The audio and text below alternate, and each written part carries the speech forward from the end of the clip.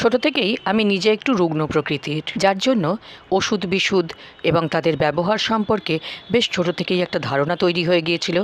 এবং বিশ্বাস করুন, কোনো ওষুধই আমি তার লিটারেচার না পড়ে, মানে ওষুধের প্যাকেটের মধ্যে দেখবেন একটি কাগজে খুব ছোট ছোট অক্ষরে কী সব যেন লেখা থাকে, সেগুলি হচ্ছে সেই ওষুধের সম্পর্কে বিশদ আলোচনা। সেটা না পড়ে কোনো ওষুধই সেভাবে ব্যবহার করতে পারি না। নিজে বেশিরভাগ সময়ই অসুস্থ থাকি, তাই রোগ সম্পর্কে আলোচনা করতেও আমার ভালো লাগে না।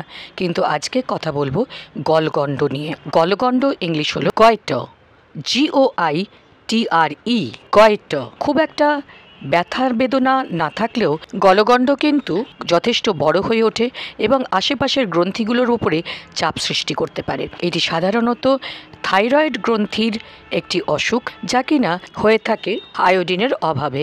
সেই জন্যই আয়োডিন সমৃদ্ধ নুন আমাদের সকলের খাওয়া উচিত।